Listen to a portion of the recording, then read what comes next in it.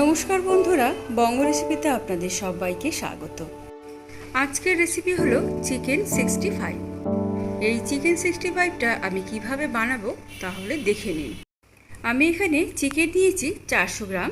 চিকেনের টুকরোগুলোকে আমি ঠিক এরকমভাবে কেটে নিয়েছি। এই চিকেন 65টা বানানোর জন্য আমার লাগবে বোনলেস চিকেন। চিকেনটাকে প্রথমে আমি ম্যারিনেট করে নেব।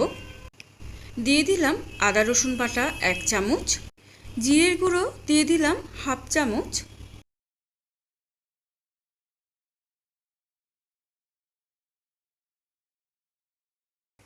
দিয়ে দিলাম গোলমরিচের গুঁড়ো 1 চামচ। আমার এখানে চামচটা ছোট বলে আমি এখানে দুবার নিয়েছি। আর দিয়ে দিলাম কাশ্মীরি লঙ্কার গুঁড়ো। আমি এখানে কাশ্মীরি লঙ্কার গুঁড়ো দিয়েছি 3 চামচ। দিয়ে দিলাম স্বাদ মতো নুন।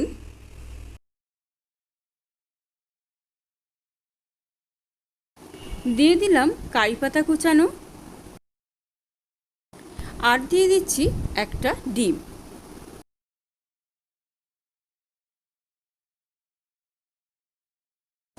আর দিয়ে দিচ্ছি 3 চামচ কর্নফ্লাওয়ার।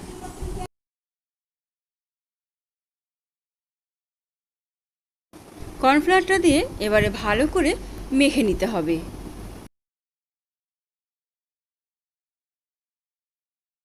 চিকেনটাকে সব মশলা দিয়েই ভালো করে মাখিয়ে নিয়েছি।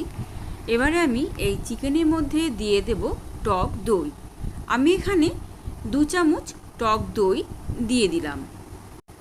টক দইটাকে দিয়েও আবারও একটু ভালো করে মাখিয়ে নিচ্ছি। ম্যারিনেট করা চিকেনটাকে আধা ঘন্টার মতো নর্মাল টেম্পারেচারে রেখে দেব। আধা ঘন্টা হয়ে গেছে। এবারে আমি চিকেনগুলোকে ভেজে নিচ্ছি। গ্যাসেতে কড়াই বসিয়ে দিয়ে দিয়েছি সাদা তেল। তেলটা গরম হয়ে গেছে। চিকেনগুলোকে দিয়ে এবারে ভালো করে ভেজে নেব। চিকেনগুলোকে আমার এখানে ভালো করেই ভেজে নেওয়া হয়ে গেছে। চিকেনগুলোকে এবারে একটা আলাদা জায়গাতে তুলে রাখছি।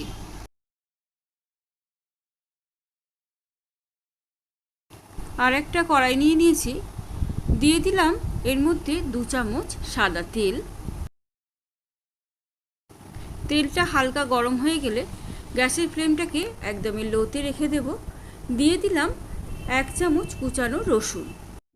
রসুনটা যাতে পুড়ে না যায় তার জন্যই গ্যাসের ফ্লেমটাকে একদমই লোতে রেখে দিয়েছি। দিয়ে দিলাম 2 কাঁচা লঙ্কা কোচানো। রসুন আর কাঁচা লঙ্কাটাকে হালকা করে একটু ভেজে নেব। দিয়ে দিলাম কারি পাতা। আমি এখানে একটা কারি পাতার ডাল দিয়েছি, সেটাকে এর মধ্যে দিয়ে দিলাম।